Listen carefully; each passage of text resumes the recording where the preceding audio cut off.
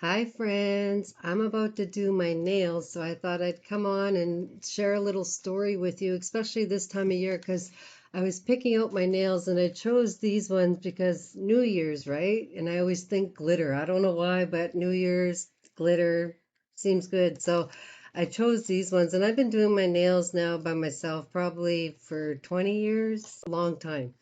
Anyways, it's a really hard time of year for me and like for many others as well. And I want to explain a little more, especially New Year's. I start thinking about, like I was picking out my nails and thinking about I'm going to be in Cochrane for the powwow for New Year's, and I'm really excited for it. It feels good to be with community and do what I love most, which is showing off my work that I do. Whether they buy it or not, I always get really nice compliments and it makes me happy. But, anyways, we reported my sister missing on New Year's Eve of 2003, and my mom passed away New Year's Eve of 2007. So she only was alive for 4 years of the 22 years that my sister's been missing now. And she should be here.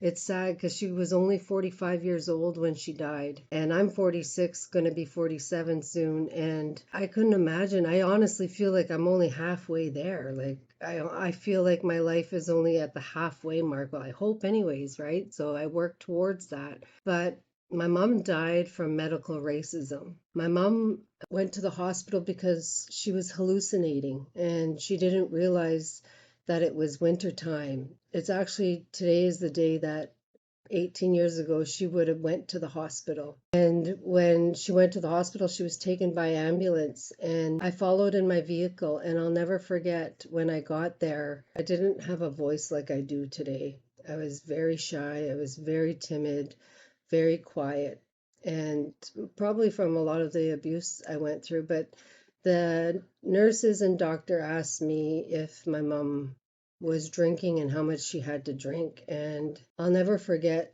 those your heart rate that they put on your finger. Well, she kept taking that off like a kid, like she was delusional. And I told them, I said, my mom was the president for the Friendship Center for 20 years now. I said, my mom doesn't drink. Well, that wasn't a good enough answer, and they didn't believe me, and they just let my mom sit in the emergency room. And I didn't realize it at the time, but they thought she would sober up over time. But my mom got worse. And later on that night, they would have to put my mom into a coma. And I'll never forget what my mom said to me. Her last words were, is because I was crying, and she said, Danis, why are you crying? That means daughter, why are you crying? She called me Danis all the time in Cree. And I told her, I don't want to lose you, Mom. And she said, I'm not going nowhere.